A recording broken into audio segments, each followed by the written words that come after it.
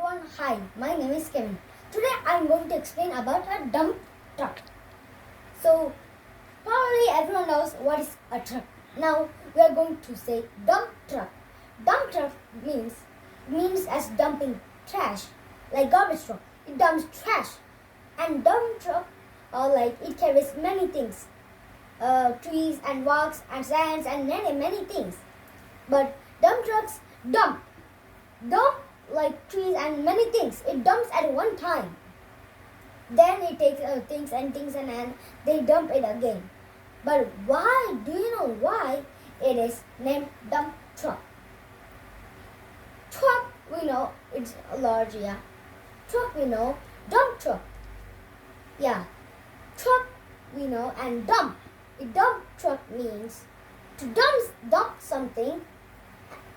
It is dumping something, and it is a truck. It's named dump truck. Dump truck can dump trashes or many things, but not trashes. So bye bye.